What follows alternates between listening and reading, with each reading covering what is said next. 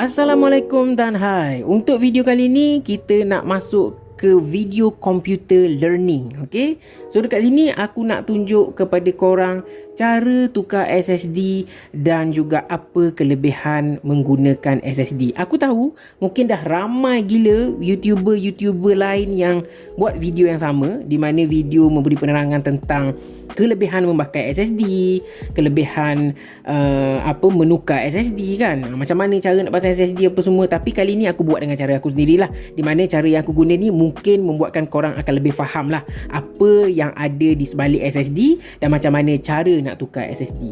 So sebelum kita mula, jangan lupa untuk subscribe channel aku, share dan juga komen lah apa-apa yang korang rasa nak komen and nak support aku ke apa ke, just subscribe lah. Okay, so tanpa buang masa, kita terus pergi kepada kita punya bab kita ni, iaitu apa kelebihan memakai SSD. Seperti kita sedia tahu, aku tahu mungkin dah ramai sangat orang yang tahu tentang kelebihan memakai SSD ni, iaitu SSD ni akan lebih laju. Tapi mungkin juga akan ada orang tertanya, macam mana dia boleh laju?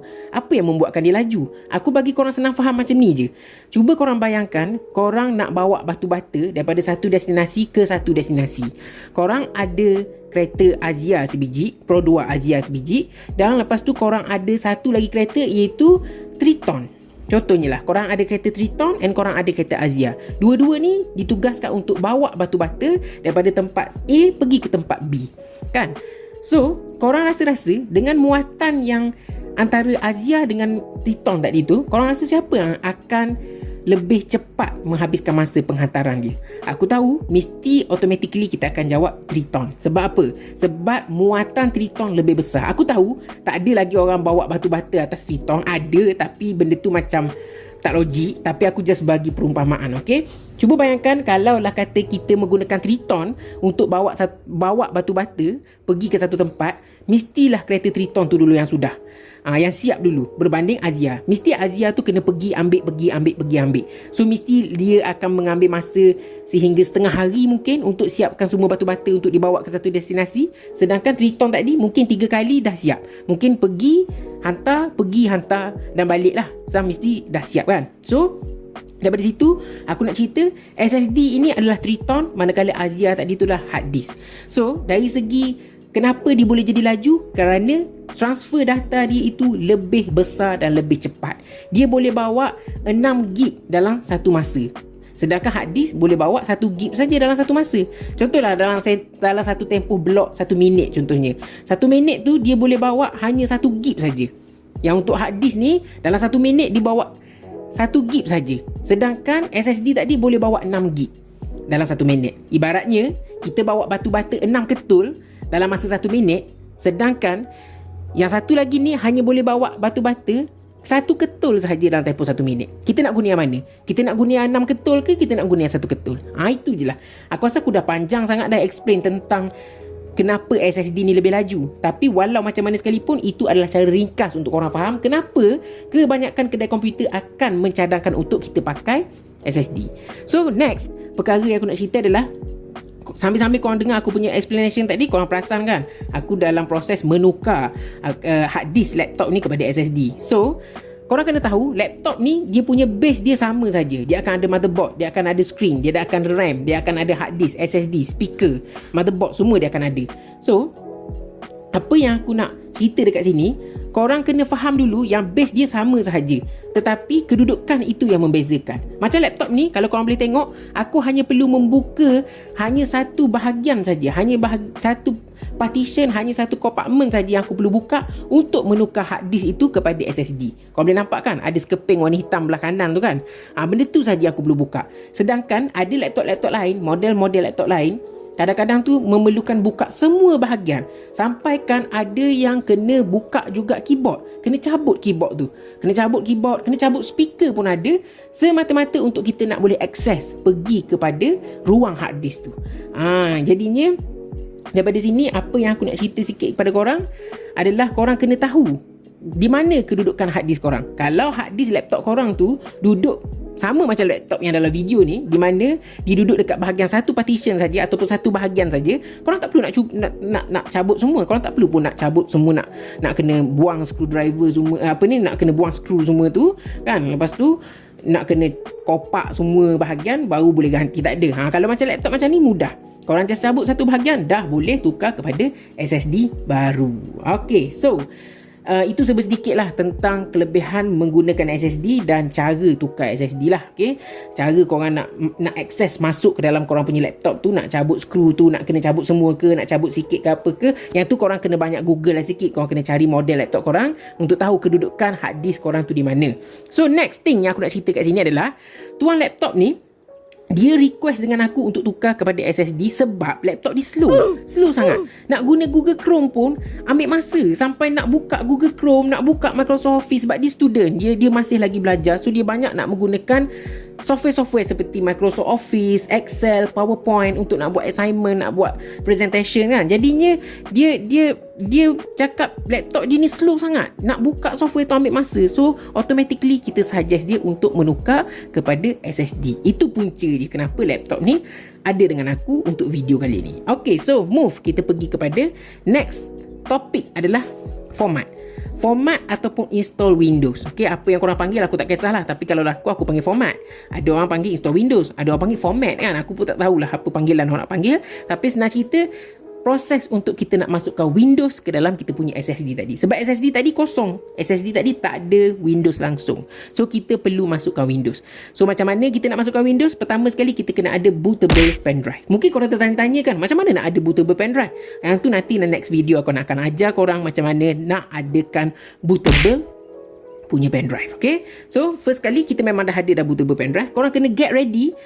Korang kena letak tangan jari korang ataupun tangan korang tu dekat F2. Sebab apa? Sebab nak masuk ke BIOS untuk laptop jenama Acer, kita kena tekan F2. Kita kena tekan button F2. Sebab BIOS ni dia bergantung atas laptop. Kalau macam Lenovo, dia ada Novo button dan dia juga boleh tekan F2 untuk kita akses ke BIOS je.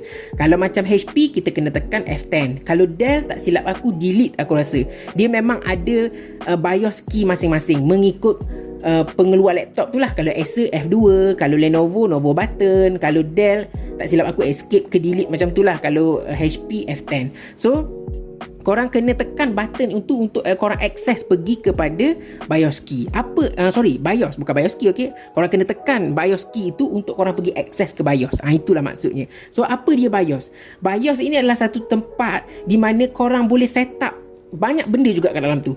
Ada sesetengah laptop, ada sesetengah desktop boleh set up juga kadar pusingan kipas. Korang nak laju mana kipas korang tu supaya laptop korang ataupun desktop korang tak panas. Lepas tu korang boleh set up boot punya hard disk ataupun pendrive mana yang korang nak letak nombor 1.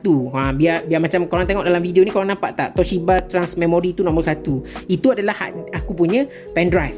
Aku punya pendrive tadi, supaya pendrive tu baca Windows yang aku nak install, supaya proses transfer Windows daripada pendrive itu masuk ke dalam SSD yang kita pasang tadi. So kita kena letak pendrive tu nombor 1. Walau macam mana sekalipun, kita kena letak pendrive tu nombor 1 terlebih dahulu, supaya laptop kita ni baca data yang ada dalam pendrive itu untuk kita transfer daripada pendrive ke SSD. Sebab SSD tadi kosong. Kalau kosong, kita tak boleh nak guna Windows lah. Sebab Windows tak ada. Macam mana kita nak guna untuk buat kerja? Macam mana kita nak guna untuk nak main games? Macam mana kita nak guna untuk editing? So kita kena ada Windows dulu. So sebelum kita ada Windows, inilah perkara yang kita perlu buat. Sebenarnya ada banyak cara sebenarnya untuk kita nak format. Sebenarnya kita boleh gunakan duplicate, kita boleh gunakan clone, tapi aku gunakan teknik biasa saja. Aku tak gunakan clone apa semua. Sebenarnya cara clone apa semua tu lebih mudah, tetapi aku tak guna cara tu. Aku lebih suka gunakan cara macam ni lah. Letak pendrive and tekanlah BIOS key apa semua and masuklah kepada next step. Macam sekarang ni kita dah masuk dah ke dalam proses installation. So macam biasa, kita kena pilih dulu bahasa apa yang kita pakai. Kalau macam laptop ni biasanya memang kita akan guna bahasa English lah, bahasa orang putih lah kan. Lepas tu kita akan tekan next and kita kena pilih mana jenis Windows yang kita nak, sebab dia ada jenis-jenis dia. Dia ada Pro, Home, Enterprise, Education dan beberapa lagi lah dekat bawah tu. Kalau macam kita ni sebagai light user, kita ni pengguna biasa, kita boleh ambil Home je. Contoh kalau macam kita ni menggunakan kita punya laptop ataupun desktop untuk business online, untuk buat kerja-kerja kat rumah kan, banyak yang home based punya work kerja, memang korang boleh ambil yang home saja. Tapi kalau korang ni memang gamers, ada menggunakan software-software yang berat sikit, macam korang guna Filmora untuk editing, korang ada gunakan gaming ke, ada gunakan Adobe Photoshop ataupun apa-apa lain yang editing, korang boleh gunakan yang Pro punya Windows. Itu. Tapi korang kena study balik lah yang tu, apa perbezaan antara Enterprise, Education, apa lagi Pro, semua tu ada beza-beza dia. Okay, itu sahaja sedikit lah. So apa yang korang kena buat, korang kena follow satu persatu lah video yang aku tunjuk ni untuk next step lah. Macam apa yang korang kena buat next, apa yang korang kena pilih, itu semua ada dalam video ni. Korang jangan skip walau satu pun. Apa yang aku skip itu memang yang boleh di skip lah. Kalau dekat sini memang boleh skip, sebab ini proses menunggu daripada 0 sehingga 100%.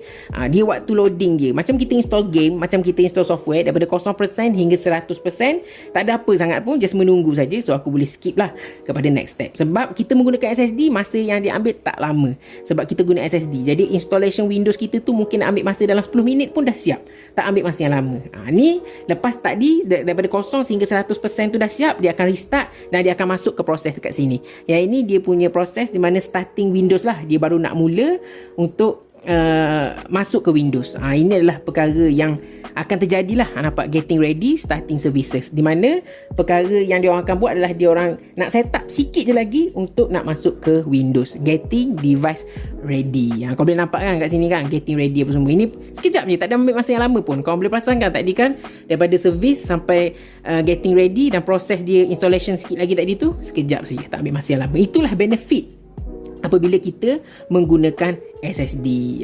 Itu sajalah sedikit. Dan selain itu, laptop ni juga dia nak pasang KD. KD tu kalau kau boleh tengok dekat awal video tadi, kau ada nampak satu bentuk macam CD drive, yang kau nampak tak belah kanan tu, kan ada CD drive tu kan. Dia nak buang yang tu, dia nak masukkan KD.